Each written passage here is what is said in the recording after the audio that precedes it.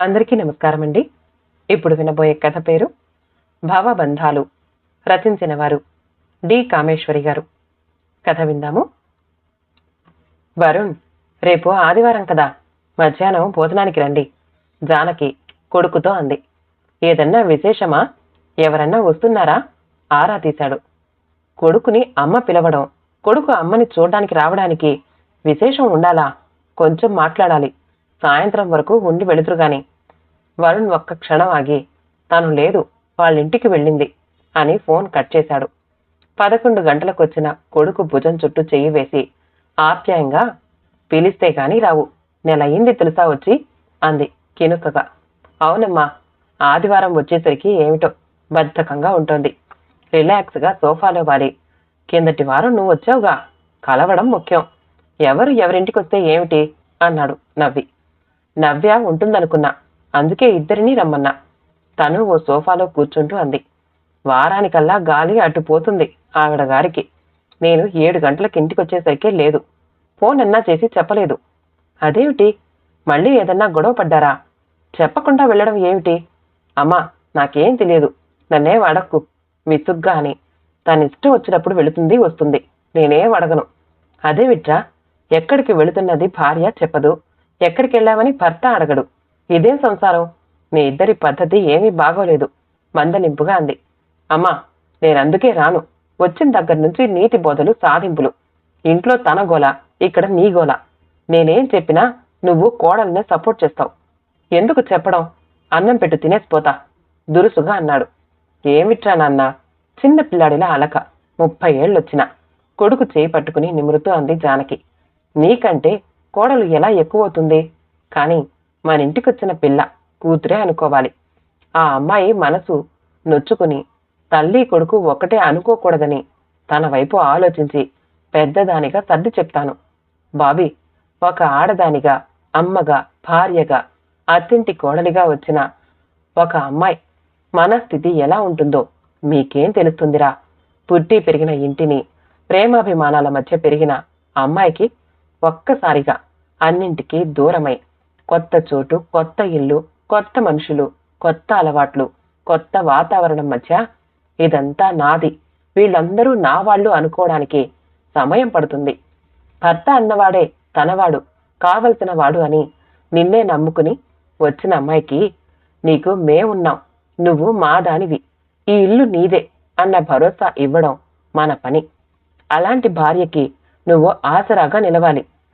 అత్త మా అమ్మలాంటిదే అనుకునే నమ్మకం కలిగించితే మంచి చెట చెప్పి మందలించగలదు అత్త. పెద్దదానిగా ఇద్దరికీ సర్ది చెప్పడం నా బాధ్యత కదా. కానీ నిన్ను అడిగినంత చనువుగా ఆ అమ్మాయిని అడగను కదా. సర్లే, నేనేదో అనేశానని తను ఫీల్ అయిపోయినట్టు ఊహించుకోకు. నేనేం అనలేదు, గొడవేం పడలేదు. నవ్య ప్రతి ఆదివారం పరిగెడుతుంది.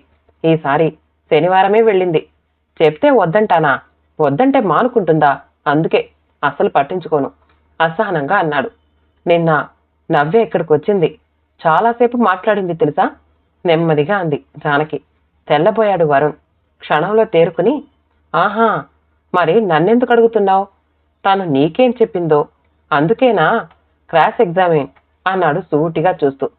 తన మధ్య నవ్య మధ్య జరిగిన సంభాషణ ఎంతవరకు చెప్పాలా అని తేల్చుకోలేక వీలైనంత తేలిగ్గా, ఏముంది, ఎప్పుడు నీకు తనకు ఉన్నదే కదా, నువ్వెక్కడికి రావు, సరదాలు లేవు, ఎవ్వరితో కలవవు. మా ఫ్రెండ్స్ అందరూ చక్కగా పెళ్లాల వెంట పార్టీలకి, పిక్నిక్లకి వస్తారు. వరుణ్ రాకపోతే నాకెంత చిన్నతనం, అవమానం అంటూ చెప్పుకొచ్చింది. అంత అడిగినప్పుడు వెళ్ళొచ్చు కదా. ఏమిటమ్మా ఆవిడ ఫ్రెండ్స్, ఆ పార్టీలు చూస్తే నాకు చిరాకు. అంత ఆర్టిఫిషియల్ మాటలు, నవ్వులు, మితిమీరిన షోకులు, చీప్గా అనిపిస్తుంది. ఏమిటో ఆ మేకప్పులు, పలకరింతలు, ఆ సుతారంగా మాటలు, లేనిది తెచ్చిపెట్టుకునే నవ్వులు, పొగడతలు. వాళ్ళెవ్వరూ నాకు తెలియరు. అక్కడికి మొదట్లో తన కోసం కొన్నిసార్లు వెళ్ళాను. సెలవు వస్తే చాలు పార్టీలు, హోటళ్ళు అంటుంది. నాకేమో మంచి పుస్తకం చదువుకోవడం, ప్రశాంతంగా పాటలు వినడం, రిలాక్స్గా ఉండాలి అని ఉంటుంది. విసుగ్గా అన్నాడు. అవును, ఆ అమ్మాయి సరదాలు వేరు. మీరిక్కడున్నప్పుడు చూశాగా, ఫోన్లు, స్నేహితులు మరీ ఎక్కువే అనుకో. కానీ ఏదో అప్పుడప్పుడైనా తన సంతోషం కోసం మనకిష్టం లేని పనులైనా ఇతరులని, అందులో భార్యని సంతోషపెట్టడం కోసం కొన్ని చెయ్యాలిరా. ఇంట్లో గొడవలుండకూడదంటే ఒకరి కోసం ఒకరు కొన్ని సర్దుబాట్లు తప్పవు అనునయంగా అంది. అమ్మా, నేను పెళ్లిళ్లకో శుభకార్యాలకో వెళతా. నాకెవ్వరూ తెలియకపోయినా నాకు ఈ క్లబ్బులు, హోటళ్ల పార్టీలు, ఆడా మగ తాగుడు ఏమిటో నాకెందుకో వెళ్ళాలి అనిపించదు. ఎప్పుడో ఏ 2-3 నెలలకో ఓసారి a new year, special occasions అవి. ఆఫీస్ పార్టీలు తప్పవు. సెలవు వచ్చేసరికల్లా పద అంటే నాకు కుదరదు. నేను తనని వదలలేదే, వెళ్ళు, ఎంజాయ్ చెయ్యి, నన్ను బాధ పెట్టకు అని ఎన్నోసార్లు చెప్పా. నిజాయితీగా అంటున్న కొడుకుని ఏమనాలో తెలియక తల ఊపింది అప్రయత్నంగా. తనకి కాలక్షేపం లేక ఏదో కొత్తదనం కావాలన్న ఆరాటం. పని పాట లేదు. ఇంట్లో వంట పోరంటూ మనిషిని పెట్టింది. అన్నీ ఆమె చేసి టేబుల్ మీద పెడుతుంది. ఆఫీస్కెళ్ళి రావడం ఒక్కటే పని. ఇల్లు, వంట, సర్దుకోవడం, దేని మీద తనకి ఇంట్రెస్ట్ లేదు. స్నేహితులు, తిరుగుళ్ళు, ఫోన్ ఉంటే చాలు. ఇంకా కాలేజ్ స్టూడెంట్ లెవెల్లోనే ఉంది తను, విరక్తిగా అన్నాడు తరుణ్. పెళ్ళయ్యాక 7-8 నెలలు వాళ్ళు బుక్ చేసుకున్న అపార్ట్మెంటు రెడీ అయ్యే వరకు ఇక్కడున్నప్పుడు నవ్య కొత్త కోడలిగా వచ్చిన పిల్ల, తనే నేర్చుకుంటుంది అని కొన్నాళ్ళు అసలు ఏ పని చెప్పలేదు జానకి. చనువుగా వచ్చి ఏదన్నా తనతో పాటు వంటింట్లో కబుర్లు చెప్తూ కాస్త సాయంగా కూరలు తరిగిస్తా, ఇలా ఇవ్వండి, చపాతీ పిండి కలపన, టేబుల్ మీద అన్నీ నేను పెడతాను, మీరు కూర్చోండి, అలాంటి చిన్న చిన్న పనులన్నా చేస్తుందేమో అని ఆశించింది. కానీ లాభం లేకపోయింది. ఏమిటో పని పాట అలవాటున్నట్టు లేదు. ఇంట్లో అలా పెరిగినట్టుంది అనుకుని జానకి సర్దుకుపోయేది. ఏమిటోరా నువ్విలా అంటావు, నిన్న నవ్య చాలా సీరియస్గా కంప్లైంట్ చేసింది. ఏమంది? నీతో చెప్పడం ఎందుకు, డైరెక్ట్గా నాతోనే చెప్పొచ్చుగా ఆవేశంగా అన్నాడు. జానకి సందిగ్ధంగా ఎలా ఏది చెప్పడం అన్న ఆలోచనలో పడినట్టు ఊరుకుంది. అత్తయ్య గారు, నేను మా ఇంటికి వెళ్ళిపోతున్నాను. మీరు నన్ను కోడలిగా కాక కూతురిగా చూస్తారని చెప్పి వెళదామనొచ్చా. ఇంక మీరు నాకేం చెప్పొద్దు, చెప్పినా వినను, దూకుడుగా ఇంట్లోకొస్తూనే ఆవేశంగా అంది నవ్య. చదువుతున్న పుస్తకం పక్కన పెట్టి ముందు లోపలికెళ్ళి మంచినీళ్లు తాగిరా, ఎర్రబడి చెమట పట్టిన మొహం చూసి అంది జానకి. సరే, ఇప్పుడు చెప్పు, ఎక్కడికి వెళ్ళిపోతానంటున్నావు? జానకి సూటిగా చూసింది. ముందు మా ఇంటికి, తర్వాత మిగతాది ఆలోచిస్తా. నీళ్ళొదిలి పుట్టింటికి వెళ్ళిపోవాలన్న నిర్ణయం తీసుకునేటంత విషయం ఏం జరిగింది? ఏం జరుగుతుంది? మీ అబ్బాయి ఇంకా మారడని అర్థమైపోయింది. అతనికి నాకు పడదు. నేనింక సర్దుకోను. ఓ సరదా లేదు, అచ్చటా ముచ్చటా లేదు. మౌనమునిలా ముద్దులా కూర్చునే మొగుణ్ణి నేను భరించలేను. నేను లైఫ్ ఎంజాయ్ చెయ్యాలి. మనుషులు కావాలి, సరదాలు కావాలి, షికార్లు, పార్టీలు, స్నేహితుల మధ్య జీవితం ఆటలా పాటలా సాగాలి అని ఉంటుంది. మా స్వభావాలు కలవవు. ఇంక మా ఇద్దరికీ కుదరదు ఆవేశంగా అంది. సరే, ఇప్పుడేం చేస్తావు? విడాకులు తీసుకుంటావా? విడిపోతావా? నిర్ణయం తీసేసుకున్నావా? కోడల్ని చూస్తూ ప్రశాంతంగా అంది జానకి. అత్తమాటకి ఒక్క నిమిషం చకితురాలై తడబడుతూ, ఏమో, ఇంకా అదంతా ఆలోచించలేదు. తనతో మాత్రం ఉండను అంతే మొండిగా చిన్నపిల్లలా అంటున్న కోడల్ని చూసి, మరి వాడితో ఈ మాట చెప్పావా అంది. లేదు, ముందు వెళ్ళిపోతే, నేను లేకపోతే తెలిసొస్తుందేమో, చూస్తా, ఒక అవకాశం ఇచ్చి చూస్తా మారడానికి పెంకంగా అంది. ఓ, అయితే ఇది ఉత్త బెదిరింపన్న మాట. వాడేం చేస్తాడో చూద్దామని. అత్తయ్యగారు, మీ అబ్బాయిని వెనకేసుకు రాకండి, నాకు ఒళ్ళు మండుతుంది. నీకు తెలుసు నేనెవ్వరినీ వెనకేసుకు రానని. ఎవరి తప్పుంటే వాళ్లకే పెద్దదానిగా ఏదన్నా చెప్పాలి అనుకుంటాను ప్రశాంతంగా చిరునవ్వుతో అంది. అందుకే మీకు చెప్పాలని వచ్చా. కాస్త మెత్తబడింది. చూడు నవ్య, అందరి స్వభావాలు ఒకేలా ఉండవు. ఎంతసేపు నీ ఇష్టాయిష్టాలు, కోరికలు చెల్లాలనుకుంటే సంసారంలో కలతలు తప్పవు. పార్టీలు, క్లబ్బులు అవి వాడికి అంత నచ్చవని అర్థమయ్యాక నీ భర్తని నీ వైపు తిప్పుకునే చాకచక్యమన్నా ఉండాలి. అది లేనప్పుడు కాస్త అవతలి వారి అభిప్రాయం గౌరవించి దానికనుగుణంగా నువ్వు మారాలి. అంటే ఆయన గారి కోసం నా సరదాలన్నీ చంపుకోవాలా? ఆయన పార్టీలకి నేను వెళ్ళడం లేదా? నిలదీసింది నవ్య. అవును, ఆడవాళ్ళం అందరితో తొందరగా కలిసిపోగలం, గలగల మాట్లాడుకోగలం. మన పరిచయాలు స్నేహాలు ఎక్కువ. నీలా వాడు ఉండాలంటే ప్రేమతో లొంగ తీసుకోవాలి. మేము చదువుకున్నాం, సంపాదిస్తున్నాం, ఎప్పటికీ వాళ్ల మాటే ఎందుకు చెల్లాలి అనుకుంటే కాపురంలో గొడవలు తప్పవు. తగ్గాల్సొచ్చినప్పుడు తగ్గాలి, వినాల్సొచ్చినప్పుడు వినాలి, చెప్పాల్సొచ్చినప్పుడు చెప్పాలి. అంతేకాని సాధించేది ఉండదు. అవును, మీ అబ్బాయి కదా, ఇలాగే మాట్లాడతారు. ఎన్నాళ్లైనా ఆడవాళ్ళని సర్దుకోమంటారు, మీలాంటి చదువుకున్నవారు. కోపంగా అంది. ఏ అబ్బాయిలు ఎంత మారారు? మా కాలంలో మొగుళ్ళలా ఉన్నారా మీ మొగుళ్ళు? వాళ్లల్లో ఎంత మార్పు వచ్చిందో మాకు తెలుసు. సూటిగా చూస్తూ కాస్త గట్టిగానే అడిగింది జానకి. ఇబ్బందిగా చూసి, అంటే మీ అబ్బాయిలో ఏ తప్పు లేదు అంటారు అంది. ఉంటాయి, తప్పులెందుకుండవు? అందరిలో ఉంటాయి. పర్ఫెక్ట్ పర్సన్ ఎవ్వరూ ఉండరు. ఎటొచ్చి మనం చూసే ధోరణి బట్టి ఉంటాయి. చూడు, ఈ కాలం అమ్మాయిలు మొగుడనగానే సర్వగుణ సంపన్నుడు, తమని పువ్వుల్లో పెట్టి పూజించేవాడు, మాట జవదాటనివాడు కావాలి అనుకుంటారు. దానికి వ్యతిరేకంగా ఏదన్నా ఇటు అటు అయితే తమ కలలు కరిగిపోయినట్టు బాధపడిపోతూ మొగుడన్నవాడిని బాధ పెడతారు. పెళ్లికి ముందు 7 ఏడాది తిరిగారు. స్నేహం, ప్రేమ, పెళ్లి అన్నీ మీరు కోరుకునే చేసుకున్నారు. అప్పుడు మరి చూసుకోలేదా? గొంతు పెంచింది జానకి. అప్పుడు బాగానే తిరిగాడు నా వెనకాల, హేళనగా అంది నవ్య. అవును, బాయ్ ఫ్రెండ్గా అమ్మాయిలని ఇంప్రెస్ చేయాలని అబ్బాయిలు, అబ్బాయిని మెప్పించాలని అమ్మాయిలు షోకులు చేసుకుని మురిపిస్తూ వెంట తిప్పుకుంటారు. బాయ్ ఫ్రెండ్ మొగుడయ్యాక అలాగే ఉండాలని కోరుకుంటే అది మీ అమాయకత్వం.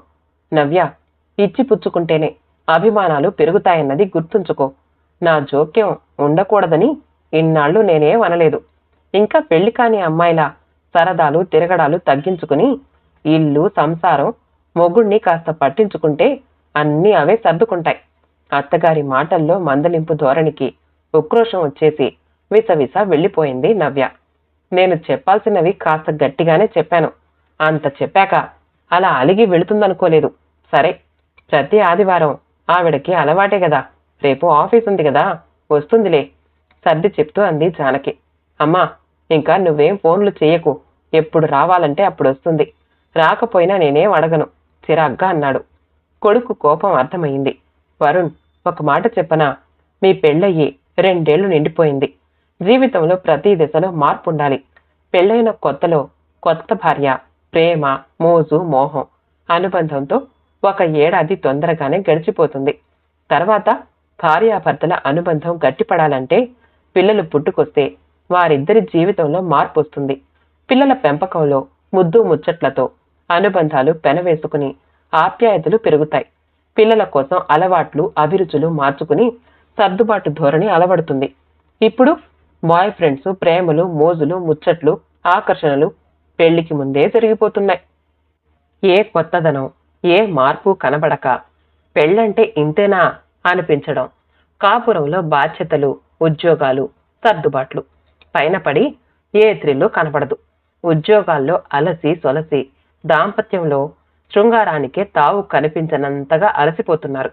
ఒకరి పట్ల ఒకరికి నిరాసక్తత, ఆకర్షణ పోయి అనుబంధం తగ్గి చిరాకులు, కోపాలు, విసుగులు, పంతాలు, కీచులాటలు పెరుగుతున్నాయి. అయితే ఏమిటంటావు? అందరూ ఉద్యోగాలు చేస్తున్నారు, కానీ అందరూ ఇలాగే ఇల్లు, సంసారం ఏది పట్టించుకోకుండా ఉన్నారా? అమ్మాయి ఒక్కరు తవ్వడం, ఇంట్లో అతి గారాబం, పని పాట చెప్పకపోవడం పెంపకం లోపం అనిపిస్తుంది. పెళ్లి తర్వాత అమ్మాయిలు నేర్చుకుంటారు. కానీ నవ్యకి ఇంకా బాధ్యత రాలేదు.